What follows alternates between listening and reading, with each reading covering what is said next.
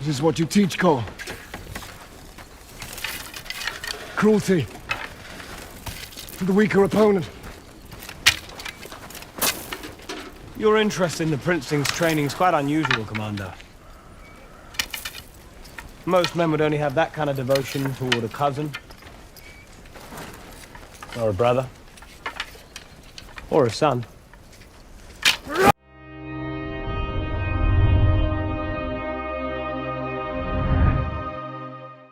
10 years after the eventful wedding, Rhaenyra bears 3 sons, 𝐄𝐩𝐢𝐬𝐲, 𝐿ucerys, and a newborn Joffrey. Unlike most Targaryens or Valyrians, the boys don't have the unique silver hair attributed to those families, but instead flaunt a tuft of plainly featured black hair. This abnormality raises questions about the kid's father, as many speculate that Laenor isn't their biological father. These rumors only worsen when word spreads that the boys bear an uncanny resemblance to Harwin Strong, Lord Lionel's son, and Rhaenyra's closest knight and the Lord Commander of the City Watch. Thanks to this similarity, many royals, including Alicent, believe the princess is having an affair with Harwin and suspect the kids are illegitimate bastards born out of wedlock with him. One afternoon, Alicent's 2 sons, Aegon and Aemond, head for dragon training with 𝐄𝐩𝐢𝐬𝐬𝐿ucerys. Arriving at the dragon pit, the boys are taught by their tutor how the mystical creatures operate. It turns out each dragon has a single master and only takes orders from the rider who tames it. Once a connection has been made between the creature and its master, the dragon will obey no other human until its current rider dies. True to Targaryen tradition, the 4 boys were gifted a dragon egg at birth, but only 3 successfully hatched. Unlike the others, Aemond's egg remains dormant. Hence, the prince is left without a dragon. This earns him the constant ridicule of his peers, as Aegon and Rhaenyra's kids poke fun at his expense. Mocking him, the trio leads the prince to a pig dressed as a dragon and asks him to ride it. Humiliated, Aemond leaves the pit and runs to report the bullying to his mother. Meanwhile, back at the palace, Alicent hangs out with her daughter, Helaena, when Aemond dashes in. Learning about the bullying, the queen grows disdain for Rhaenyra's children and reports the case to Viserys. She voices her suspicions over the boy's parentage and demands the king take action against Rhaenyra. Despite the glaring evidence, Viserys defends his daughter and refuses to acknowledge the accusations made against her. Unsuccessful in her ploy against Rhaenyra, Alicent visits Aegon in his room and scolds him for being mean to his brother. Explaining the realm's politics to the preteen, she tells Aegon that he and Aemond are at a disadvantage, as Rhaenyra and her kids are next in line to succeed Viserys. In light of this, Alicent emphasizes they need to work together to overthrow the princess and have Aegon become the new heir. While the royals scheme in Westeros, Daemon enjoys a new life in Pentos, one of the free cities. There, the prince marries Laena Velaryon, and together, the couple starts a family with their 2 daughters, Rhaena and Baela. Like Aemond, Rhaena has no dragon, which causes her to have an estranged relationship with her father. After spending years in Pentos, Laena conceives yet another child, and is days from her labor date. Having a total of 3 dragons, the family is seen as a powerful military force, which earns the favor of Reggio, the Prince of Pentos. To bolster the city's might, Reggio offers Daemon and his family permanent residency in Pentos, alongside multiple riches in exchange for their help in a brewing war. Homesick, Laena moves to reject the offer and return to Westeros. However, Daemon stops her and chooses to consider Reggio's offer. Days later, Laena goes into labor, as Pentos healers help with the delivery. Despite the medic's best efforts, the pregnancy has a fatal complication.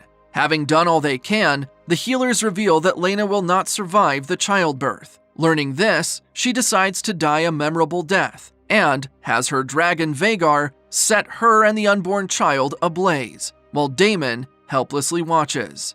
Over at King's Landing, Alicent and Rhaenyra's sons practice sword fighting under Sir Criston's supervision. Harboring disdain for the princess after his rejection, Criston intentionally pits Aegon against a much younger 𝐄𝐩𝐢𝐬𝐬𝐿ucerys. Naturally, Aegon wins the fight and keeps striking at Jacaerys even when the boy is already on the ground. Moments later, Sir Harwin rushes to the scene and fiercely comes to Jacaerys' defense. Seeing this, Criston insinuates Harwin protected Jacaerys because the prince is secretly his son. This statement greatly annoys the commander, prompting him to attack Sir Criston, as both men get into a fight. Harwin easily gains the upper hand and pins his opponent to the floor, but the guards quickly stop the fight and rush to separate the two men. Within hours, news of Harwin's flare-up spreads across the castle, and this only worsens the rumors surrounding Rhaenyra's kids. Many of the royals see the knight's reaction as a confirmation of guilt and grow even more suspicious of the princess. Realizing this, Rhaenyra decides to take action to contain the rumors. After the small council's daily meeting, the princess proposes a marriage between Jacaerys and Alicent's only daughter, Helaena. This way, both families will be united and their discord finally put to rest. To make the offer more enticing, Rhaenyra also offers to gift Aemond a dragon egg in exchange for Helena's hand. Impressed by her proposal, Viserys accepts it, but Alicent refuses and asks for more time to consider the offer. Minutes later, Alicent leads an aged Viserys to his room as the couple debates Rhaenyra's proposal. At the other end of the palace, the king's new hand, Lionel Strong, receives word of Harwin's fight with Criston and grows worried for his son. Scared that the prince's true father will one day be revealed, Lionel decides to take Harwin out of King's Landing and return to Harrenhal, their home castle and seat of power. The king's hand requests leave from Viserys and shortly after heads home with his son. Before Harwin leaves, he bids Rhaenyra and their sons goodbye as he reluctantly exits the castle. After they leave, Alicent consults with Larys Strong, the Hand's second son and one of her allies at court. Reminiscing on old times, the queen tells him that she misses when her father was still the Hand of the King and explains she'd do anything to have him reinstated. Hearing this, Larys resolves to help her achieve this and sets up a plan to eliminate his own father, Lionel.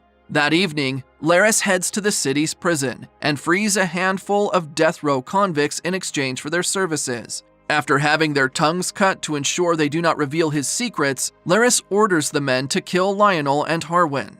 Following his orders, the ex-convicts head to Harrenhal and set the castle ablaze with Lionel and Harwin inside. Trapped, the two men struggle to escape the deadly flames and eventually burn to their deaths. Back at King's Landing, Larys delivers the news of the duo's death to Alicent and confesses he was the mastermind behind the strike. Unaware of his plan, the queen feels guilty and explains she never intended anyone to die. Meanwhile, Rhaenyra also gets word of Harwin's passing and decides King's Landing is no longer safe for her family. Wasting no time, the princess alongside her former partner, Laenor, together with their kids, leave for Dragonstone.